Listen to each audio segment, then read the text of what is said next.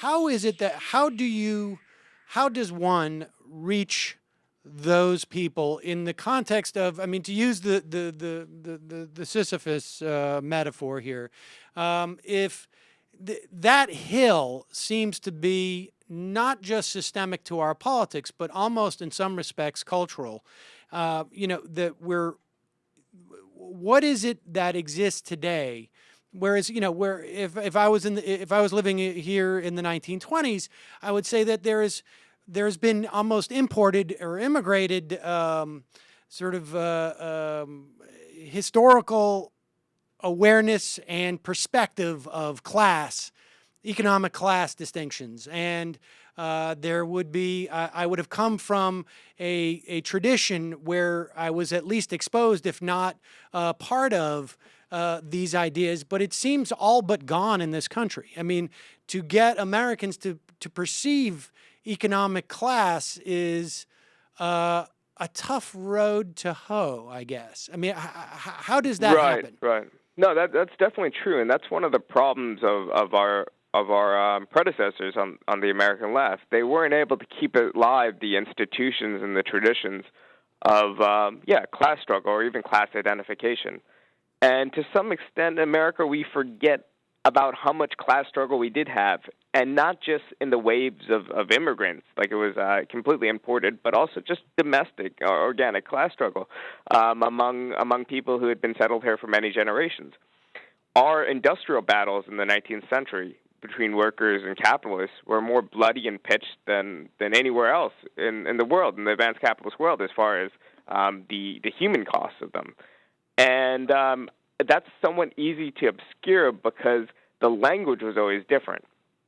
So the European workers might have used what we as leftists would consider more sophisticated language, more classically socialist language to express their class struggle. While in America we use the language of homestead capitalism, we use Republican language to express what was essentially the same thing, which was the demand to get redress from your employers. So, to some extent, what employers want is exactly the opposite of what workers want, and this isn't because they're bad people. And our capitalists aren't actually, perhaps, I don't know, it's sometimes hard to tell, but they aren't worse people than capitalists in Sweden. Essentially, they want to pay us less, to work us more, and to pay less to upkeep the conditions in which we work, so they become more dangerous. We want the exact opposite, and the result, what we end up as a compromise mediated by the state, is just these two poles fighting against each other.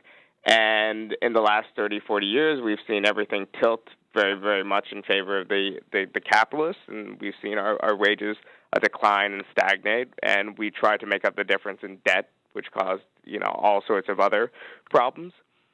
But essentially, I think that a lot of this basic class consciousness, a lot of this understanding of our position in the economy and who our real enemies are, like they're not immigrants, they're not other members of the working class, they're capitalists.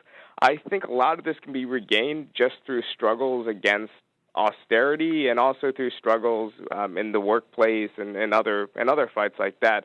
So I think a lot of it just has to be regained through struggle and also just through organization and mass education. But yeah, it's a very difficult task. But part of understanding the difficulty of the task would be to think about what our goals are in the next 5 to 10 years. And my goal as an American socialist in the next decade or so is organizational regroupment of people who already identify as socialists and are already a part of politically compatible organizations. I think it'd be important to put us all under the same tent. And I also think participating in largely defensive anti-austerity struggles and also trying to push for things like the Occupy student debt movement, I think, is a very, very progressive, important struggle. And there's plenty of other local struggles. But I think what the left needs to understand is that a lot of this will require a strategy of patience. And patience means in patience in the strategic sense, not patience as in we should just sit back and relax. We obviously need to really get working, participating in these struggles, and also keeping our own house in order and doing plenty of other things. But patience as in we're not going to storm the barricades tomorrow over the whole system. We're not going to transform everything overnight. But we can start to rebuild some of that institutional legacy that's been lost, some of that cultural legacy that's been lost. And, that's just a long, long process. And we have a generation or two worth of work to make up for, because we've lost a generation in between the new left and this now emerging next left. We had, plenty of old radicals and plenty of young radicals at all these events, plenty of really active, good people between 20 and 30, plenty of active, good people over 60. The question is, what happened to all these people in the intervening decades? And those decades were lost years, and we're going to need to, have to recover that and make sure that doesn't happen again. That's my generation. Sorry. Right. Sorry about that. But so if I hear you, the idea is for the left to essentially struggle against, let's say, austerity, used as an example, and that struggle is one that is shared by the welfare liberals, and simultaneously to build some type of a broader umbrella to both solidify those who identify or have a politics that's informed by the class structure, and then down the road to expand that and to sort of, I guess, expand the knowledge and the perspective that those have, that those on the left have about those structures. Right. How to engage, and also at an intellectual level, I guess this is the same two-front battle that I'm fighting in my nation piece. How to engage with liberals and write in the flagship liberal venue without becoming a liberal yourself, right? Right. So, well, that's what I'm saying is that. That's right, what I'm saying is that the political level, the same thing. Right. I mean, how does that happen? I mean, because you're fighting against austerity. I guess maybe one level down in the sort of, you're out there holding the signs. Next to you stands a welfare liberal holding the same anti-austerity sign. But when you put the signs down and go to the bar, then you're explaining that the perspective on why you're at that protest is different. Right. Well, I think that what groups require in order to engage in really useful mass work like that without watering down your critique is an actual intelligent ideological core. Like, you need to actually know your stuff, know what you're about, know your history, know your tradition, know what you want in order to do that tactically. And also, to some extent, socialists can't think about trying to immediately build their particular little organization, recruit every single person they bring into this tent. Like, we don't want to create, front groups in the sense that, you as a liberal or someone as a liberal, walks into a meeting because they're against the death penalty and ends up, essentially being a front for a larger socialist organization. We need to engage openly and in good faith. We're socialists. This is what we stand for. Listen, it's not that scary.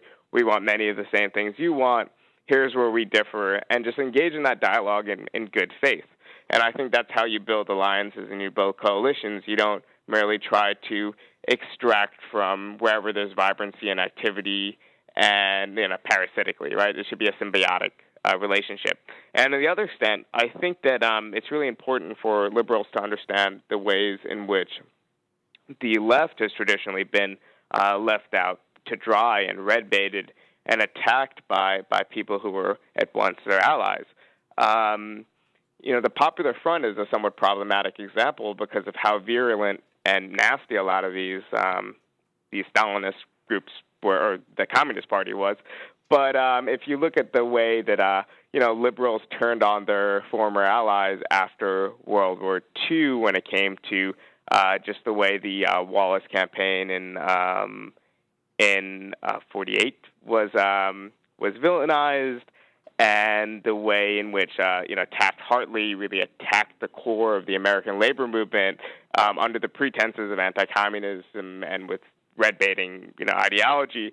You look at the same thing happening during World War I and the great disaster inflicted upon the Socialist Party of America. And if you want to know why there's very little institutional left in the country, that's a place to look, those years between 1917 and 1920.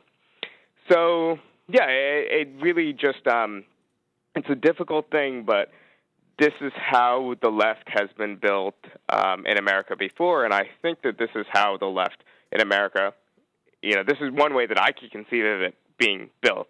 And I see very other, feasible alternatives from my perspective. So it's still a long shot and difficult battle, but I'm not sure if there's a bad strategic orientation for the left. I'm not responsible for obviously the way the cards were dealt. Right. I'm just trying to play the hand. And when you talk about that idea of bringing people and use the analogy of the or the example of fighting the death penalty, for instance. I mean, what occurs to me are the anti-war protests that took place against the Iraq War, and in many respects there was. I think it was an answer, and I think there was sort of there were times where it was not so much of a problem for me, but I know that people who were going out to those anti-war protests would sometimes get turned off by the fact that it ended up being sort of more a broader statement of anti-capitalism or whatnot, and I think that was. In your example, that doesn't work. Is that what you're saying? I mean, right. I mean, I think that doesn't work, and just as at a very bourgeois ethical perspective, it's also kind of unethical to just basically use people as fodder for your own kind of mission. Right. I guess it's a get rich quick scheme for the left to build these front routes, and get rich quick schemes never work. So that's what I mean when I think it requires, honest, broad coalition work and patient coalition work, and not these front groups. And these are kind of fine distinctions. I'm not sure how they're coming across to your listeners, because I think your example is a very good one. You kind of have to see it to know what I'm talking about. Yeah. And the anti-war movement is a good example, and I think there were times when I myself, when I was just in high school and still more or less identified as a liberal, was in an answer coalition, for example, protest, and a protest that I broadly agreed with the ends, but I didn't quite agree with the the chants or the way that it was quite billed by its organizers, and that was somewhat of an alienating experience, and perhaps that's not the best face for the left to put on for the broader world. But at the same time, how does one say to people marching beside them that, you're marching against this war, but you should be marching against war, and here are the structures that produce war. And if you don't want to keep marching or have your children marching in the same march that you're marching in, or your children's children, then we need to structurally change things. And that's a fine balance, to be able to make those articulations in a way that actually challenges the preconceptions of the people you're engaging with, without quite doing it in a abrasive or dishonest way. And so, does this theory of change that you're talking about, where does it end? In other words, does for the next 10 years, let's say, I mean, I'm putting, just for the lack of better sort of parameters here, but for the next 10 years, does that mean that you weigh in on in a Democratic primary for the more progressive of two candidates? Does that go as far as we're going to vote for Obama over Romney? Where is that line? I mean, in practice. Well, those are tactical questions, right? And there are questions that the left, even people who broadly agree with me on the left, which I would say is a good portion of the organized socialist left, really disagree on. Right. And in a group like my own personal stance is when it comes to these divisive national electoral questions, we don't have enough power to really make a decisive impact in the race. So it makes no sense for an organization, I think, like DSA or Freedom Road or any of these other socialist organizations to make what could be potentially divisive statements and saying, "Oh, we endorse Obama," or "We don't endorse Obama." It's kind of play acting, like you actually have the strength and power, like the Socialist Party of America had in the teens or even 20s, when it could actually, play a key role in the way that, certain states would swing.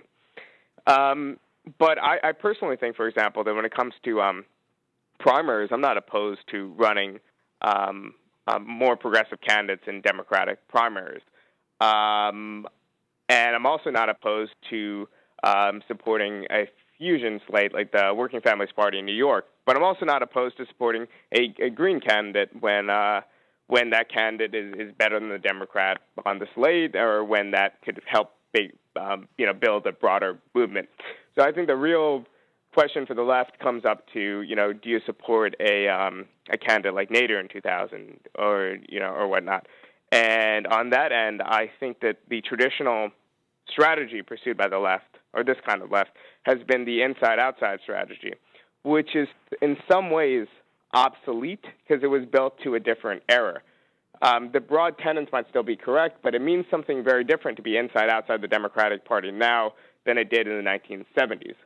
So the primary orientation, I think, should be to mass movement work and doing other things outside the sphere of electoral politics, not because electoral politics are icky and, we should morally condemn it and avoid it, but because we're at the point where the left in most areas can't actually be a significant force to actually make these interventions usefully. Now, in a place like New York, I think New York City is ripe for a left liberal slate, independent political action, as the Trotskyists used to call it. And right here, I think that there's easily city council seats that could be grabbed by something to the left. The political paradigm in New York City could definitely be shaken up in the next 5-10 years. I'm not quite sure if that's universally applicable, but that's basically tactics, not necessarily a strategic orientation. Right. I mean, but that is, it's strategic in the sense that you're going to pursue that from. I mean, that is. It's strategic, at least in the sense that where you're going long term, right? I mean, because that's part of, you're going to have to build that coalition with those welfare liberals, and that's where they are, essentially. Right. And you can't change these things by an act of will alone. You can't change the fact that, my parents are immigrants, like lower middle class background, and we've been in the Democratic Party, or they've been in the Democratic Party, or identified it since they got off the boat in the late 80s. And that makes sense from a practical standpoint, because not only do they think that Bill Clinton was charismatic, and that part is maybe just pure ideology, doesn't make much sense, but they realized that they represented their interests more as immigrants and as, given their position in the economy, than the other guys did. And you have to at least have sympathy and understanding to why these people are voting in these blocks, and move from there and move intelligently, but with understanding and sympathy, and with the knowledge that it's not easy for certain people just to say, don't vote, or vote third party, or whatever, because these are hard-run struggles. Right. Even the way that first-generation immigrants and immigrants who've been naturalized vote, even getting citizenship, exercising that right to vote, is a hard-won struggle. And for them in a two-party system to tell them to vote third party immediately really, I think, downplays the complexities and the struggle that goes into that decision to, cast your first ballot.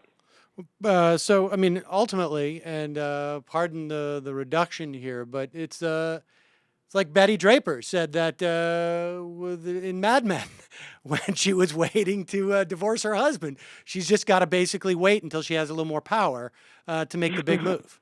I hate to do that, but it's better than using a Happy Days reference. Right. I'll forgive you. I'll forgive you. Thank you. All right. So, all right. Well, it's fascinating stuff, and I want to just encourage people to head over and get a subscription to the Jacobin. It's a great magazine. I haven't read this issue, but I have it in my bag, and so I appreciate the time. Bhaskar Sunkara, thanks so much for your time today.